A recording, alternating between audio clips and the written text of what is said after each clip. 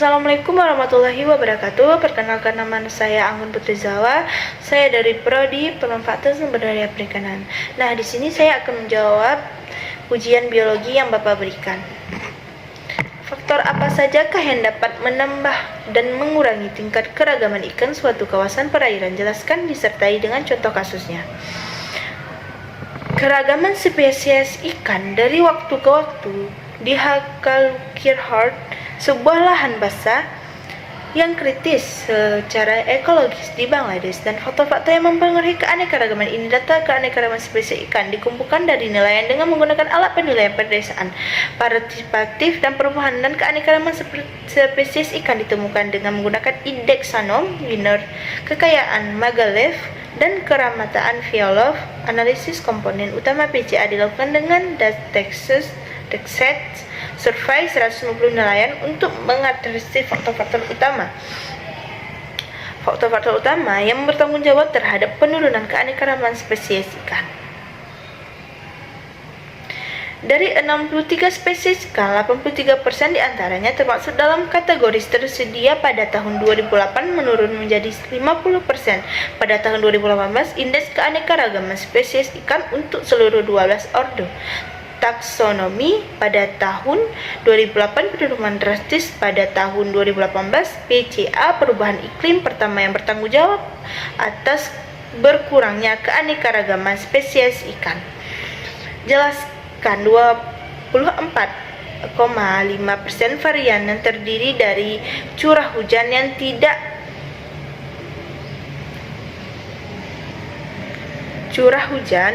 yang tidak menentu koefisien korelasi positif 0,680, curah hujan lebat min 0,544, fluktuasi suhu 0,561, dan pendangkalan lebah 0,503. PCA kedua adalah aktivitas antropogenik, termasuk penggunaan alat penangkapan ikan yang berbahaya 0,702, penggunaan urean untuk memanen ikan 0,673, peringanan daging setiap tahun 0,531, dan penangkapan ikan berlebihan 0,513. Terakhir, PCA ketiga diisi dengan usia nelayan 0,719, pendidikan min 0,767, dan pengalaman penangkapan ikan 0,695 para nelayan.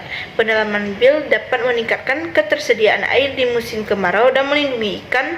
Menerapkan peraturan perikanan untuk mengurangi aktivitas manusia tidak dapat dihindari untuk mempertahankan perikanan world. Soal yang kedua, mungkinkah perubahan lingkungan mempengaruhi sifat genetik dari spesies ikan? Jelaskan sertai contoh kasusnya. Populasi ikan semakin terancam akibat eksploitasi berlebihan, polusi, perusakan habitat, dan perubahan iklim. Untuk memahami lebih lanjut faktor-faktor dan dapat menjelaskan jumlah keanekaragaman genetik pada populasi ikan. Perkiraan keanekaragaman genetik. Rata-rata heterozigositas pada rata-rata jumlah Aerophilocus bersama dengan asosiasi habitat, status konservasi, dan kehidupan. Informasi sejarah untuk 463 spesies ikan.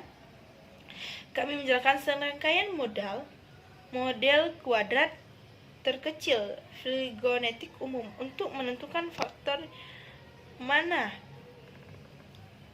yang menghubungkan sejarah evolusi bersama di antara taksa terkait. Kami menunjukkan bahwa ikan laut memiliki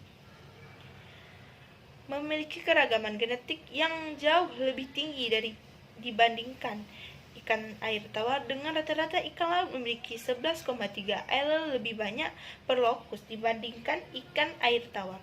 Namun, berbeda dengan perkiraan kami, genetika tidak ditemukan lebih rendah daripada ikan yang terancam dibandingkan ikan yang tidak terancam. Terakhir, kami menentukan bahwa usia dan wawasan dan fekulitas terhubungan negatif dengan variasi genetik pada ikan laut dan air tawar. Hasil kami menunjukkan bahwa karakteristik sejarah hidup dan habitat berperan dalam membentuk pola keanekaragaman genetik pada ikan, dan pertimbangan ketika perbaikan perkiraan kami genetik tidak ditemukan lebih rendah pada ikan yang terancam dibandingkan ikan yang tidak terancam. Terakhir, kami menemukan bahwa usia wawasan fekulitas terhubungan negatif dengan variasi genetik pada ikan laut air tawar. Hasil kami menunjukkan bahwa karakteristik sejarah hidup dan habitat berperan dan membentuk pola keanekaragaman genetik pada ikan dan harus dipertimbangkan ketika memprioritaskan spesies untuk konservasinya. Contohnya perubahan iklim, perikanan, dan variasi genetik. Soal yang nomor 3, mungkinkah perubahan cara makan pengaruh struktur morfologi dari ikan? Jelaskan dengan contoh kasusnya. Komunitas adalah kumpulan populasi organisme yang hidup di area atau habitat tertentu. Studi tentang komunitas, terutama ikan, dapat dilakukan secara fungsional, yaitu digambarkan dengan memanfaatkan sumber daya makanan dan cara dan waktu yang sama disebut dengan gluid. Cara makan atau kebiasaan makan ikan mengakibatkan perbedaan struktur autonomi dan morfologi pencernaan setiap spesies berbeda. Cara makan ikan digunakan untuk memaksimalkan setiap spesies ikan dan memanfaatkan makanan alami, seperti ikan konivora dan omnivora dan herbivora. Karnivora dalam bahasa Latin, coro berarti daging dan vora berarti memakan, sehingga ikan karnivora memanfaatkan ikan serangga dan krustase sebagai sumber nutrisi. Ikan karnivora memiliki ciri morfologi berupa gigi yang bertipe Caeninus, Molariform, Ichthyostrom, dan Feliform. Tapi insang ikan karnivora berukuran besar dan sedikit.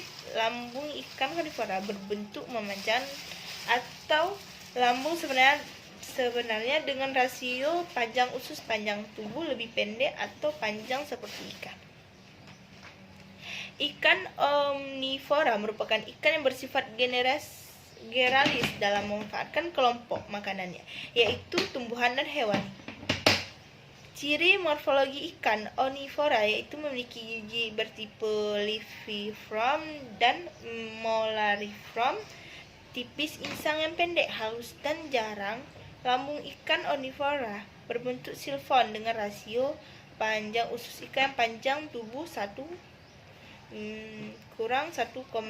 kali lebih besar, seperti Petaceous cohorneus.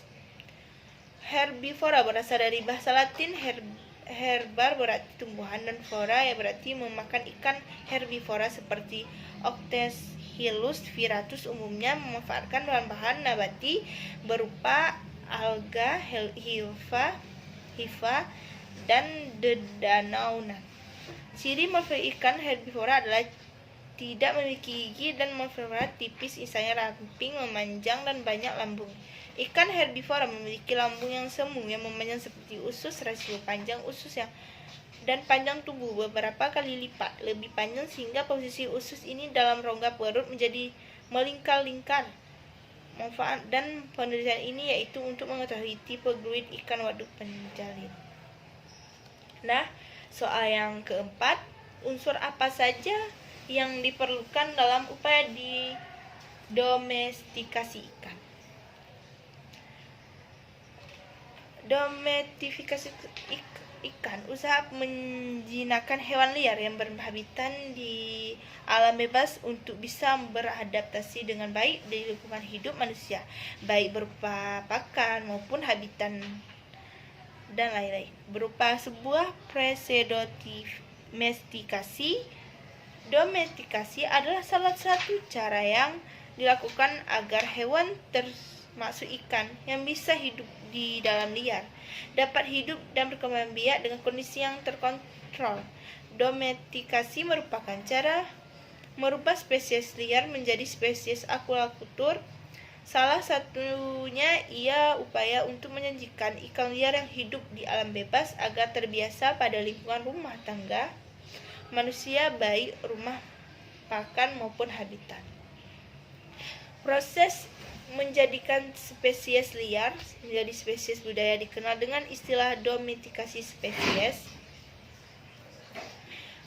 Tujuan domestikasi bertujuan untuk menyajikan hidup di alam bebas, dan hal ini bergabung termasuk dalam kelompok hewan bebas dan diizinkan dan selanjutnya dapat dilakukan manipulasi terhadap ikan tersebut agar dapat dikembangbiakkan. Domestikasi secara umum bertujuan untuk mengkaji kemungkinan berdiri sebuah instalasi domestika ikan, berbuat rancangan teknis, detail, desain, kebutuhan tenaga, kebutuhan bahan dan alat, teknologi dan domestikasi, instalasi domestikasi, membuat rencana pengembangan unit, instalasi dan domestikasi. Tahap domestikasi untuk menjadikan satu spesies liar menjadi komoditas budidaya harus melalui beberapa tahap. 3 tahap domestikasi spesies liar menjadi spesies komoditas, yaitu sebagai berikut. Contohnya, mempertahankan dengan upaya menjaga keberlangsungan hidup pada lingkungan budidaya perairan dan artificial dan terkontrol akuakultur, menjaga agar tetap bisa tumbuh. Sekian dari jawaban saya. Kalau ada kesalahan mohon maaf, kalau ada kekurangan gitu lah.